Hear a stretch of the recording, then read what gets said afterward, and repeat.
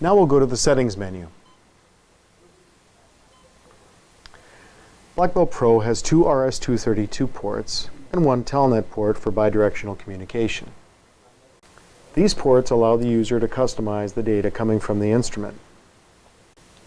For example, we can choose to add date, time, program,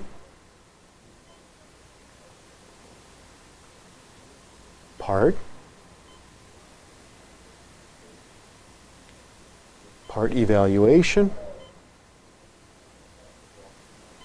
our actual test pressure,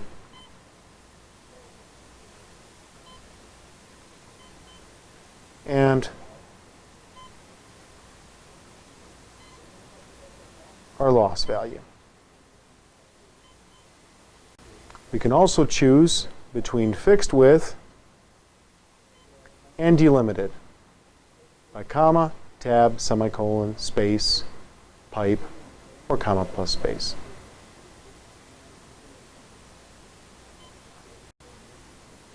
Lastly, the instrument can be set to require authentication, which allows for controlled access to this interface.